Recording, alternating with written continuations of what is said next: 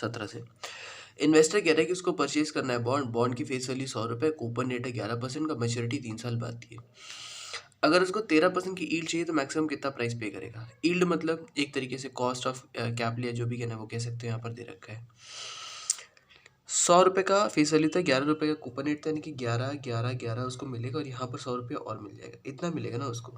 ठीक है, डिस्काउंट किस पे करके लाए? 13% पे, 13% पर डिस्काउंट कर तो जो वैल्यू निकल के आएगी वही है जो वो पे करने के लिए तैयार हो गया। बॉन्ड अलग 97 रुपये 60 पैसे का बिक रहा है, तो ईल्ड है क्या? मतलब इस क्वेश्चन में क्या किया इन्होंने कहा हमारा बॉन्ड इतने का बिक रहा है आज, बताओ ईल्ड क्या हुई उसकी? मतलब कूपन रेट तो दे रखा है 11 का 11 प्लस 100 का कूपन रेट दे रखा है। डिस्काउंट किस पे करके लाओगे? नहीं दे रखा। 11 डिवाइड बाई 1 प्लस आई की वैल्यू नहीं है, 11 divide by 1 plus I square की वैल्यू नहीं है, 11 divide by 1 plus I cube की वैल्यू नहीं है। ठीक है, इन तीनों की ही वैल्यू नहीं दे रखी है और दे रखा है सबको डिस्काउंट करके लाओगे 97.6 की वैल्यू आपकी बनती है।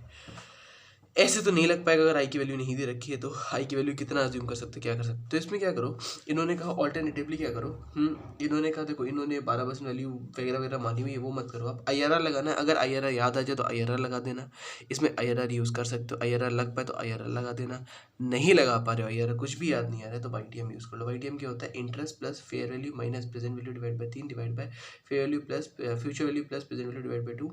यानी कि यहाँ पर ये जो प्रेजेंट वैल्यू है ये कितनी निकल के आ रही है? 97.6 की निकल के आ रही है। IR कितना है? जो इंटरेस्ट का रेट है वही आपका दे रखा है क्वेश्चन में। आगे की वैल्यू रिडीम 100 रुपये पे होने वाला है, YTM निकल के आ जाएगा।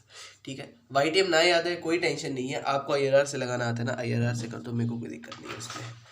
अच्छा, इसके बाद 19 देखते हैं जल्दी से। 19 है कि मार्केट प्राइस बताओ एक 10% गवर्नमेंट ऑफ इंडिया सिक्योरिटी का जो कोट कर रखी है 110 रुपये पे, लेकिन ईल्ड इसकी 1% ऊपर जा सकती है। 10% की सिक्योरिटी है ना, यानी कि हम मानेंगे 10% की सिक्योरिटी है तो 10% 10 रुपया दे रही होगी, पार वैल्यू नहीं दे रही कि पार वैल्यू मानो कि 100 रुपये की होगी। कोट कितने पे कर रखी? कोटेड एट पार तो नहीं लिखा ना, कोटेड 110 लिखा है ना, डिवाइड बाई 110 इंटू 100 कर दो, यानी कि ईल्ड कितने का मिल रहा है हमारा? 9.09 का ईल्ड मिल रहा है। 1% से ऊपर जाएगा इसमें 10.09 का ईल्ड हो जाएगा। ठीक है, इन्होंने कहा मार्केट प्राइस बताओ सिक्योरिटी का। इसके बाद ये ईल्ड हो गया ना हमारा, 10 डिवाइड बाई 10.09 कर दो। Yield is equal to interest upon price into 100 होता है ना, इंटरेस्ट कितने का है? 10 रुपये का मिलने वाला है, प्राइस निकालना है तो ईल्ड नीचे ले आओगे, हो जाएगा। अच्छा, इसके बाद बॉन्ड है 7.5 का, ये मिलने वाला था, फेयर वैल्यू इतनी है और 2 साल बाद है और इंटरेस्ट हाफ ईयरली पे होना है। बॉन्ड का फॉर्मूला क्या होता है? हाफ ईयरली पे होना है ना, हाफ ईयरली पे होना है मतलब कि 7.5 का कितना हो गया? 750 यानी 375 पे होगा, 375 पे होगा, 375 पे होगा, 375 पे होगा, यहाँ पर 1000 रुपये और पे हो जाएगा। इन चारों को डिस्काउंट किस पे लाना है? 6% पे डिस्काउंट करके सबको ले आओ। 6% लेकिन 6 साल का है तो महीने का क्या हुआ? हाफ ईयरली क्या हुआ? 3% हाफ ईयरली का आपके पास रेट निकल के आ रहा है। अच्छा, महीने वाले यूज़ करना है सर, वही यूज़ करना पड़ेगा ना, कुछ भी थोड़ी कर सकते हो। 18वां क्या है? 18वां है कि इसमें देखो इसमें 4 पार्ट से आना चाहिए, 8 नंबर तक आएगा। अच्छा क्वेश्चन है, इजी वैसे। पहले बताओ कि जीरो कूपन बॉन्ड की आपकी ईल्ड क्या है? जीरो कूपन बॉन्ड में कुछ भी मिलने वाला नहीं, हमें सिर्फ और सिर्फ मिलने वाला है 60.5%। 60.5% ही कर दो यहाँ पर, तो 10,000 के 7.5% आपको 10,000 रुपये बाद में मिलेगा आपको, तो 10,000 रुपये की डिस्काउंटिंग कर दो 60% पे। इतना ही करना है और कुछ नहीं करना है। दूसरा इन्होंने पूछा कि एनुअलाइज ईल्ड बताओ कि अगर टी बिल 98500 का ट्रेड हो रहा है, आज 1 अप्रैल 2013 हुई है, 20 जून यानी कि करीब करीब 81 दिन बाद ये ट्रेड होगा। ये 81 दिन बाद हमें कितने रुपए ला के देगा? 1 लाख रुपए ला के देगा। अभी 98,500 का ट्रेड हो रहा है, कुछ भी नहीं मिलने वाला, यानी कि fair value minus present value divide by price, fair value minus present value divide by price into 360/n।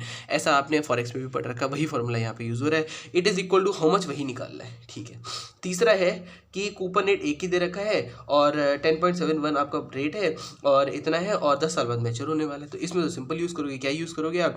Present value annuity factor लगा देना 10.71 इंटू मतलब परसेंट इंटरेस्ट पे लगा देना एन्युटी फैक्टर 10 साल का, और इंटरेस्ट फैक्टर लगा देना 100 रुपये के ऊपर। क्या लगाएं? 8% की ईल्ड टू मैच्योरिटी दे रखी है ना, 8% ही लगा दो। ठीक है, चौथे वाले पार्ट में क्या करें? ईल्ड टू मैच्योरिटी 8% की दे रखी है, बताओ कितना फेच करेगा? 2 बार पे हो रहा है, 2 बार पे हो रहा है ना। अगर 2 बार पे हो रहा है तो इसका मतलब ही क्या हुआ? इन्होंने कहा कि हमारे कितना 5 रुपये पे करेगा, 5 रुपया 5 रुपया 5 रुपया 5 रुपया 5 रुपया 5 रुपया 5 रुपया 5 रुपया, यानी कि 10 बार 5 रुपये पे करेगा, लास्ट में 100 रुपये और पे कर रहा होगा, ऐसे करके पे करेगा। 4% पे सबको तान के लाना है और कुछ नहीं करना है, वो हो गया ये वाला भी।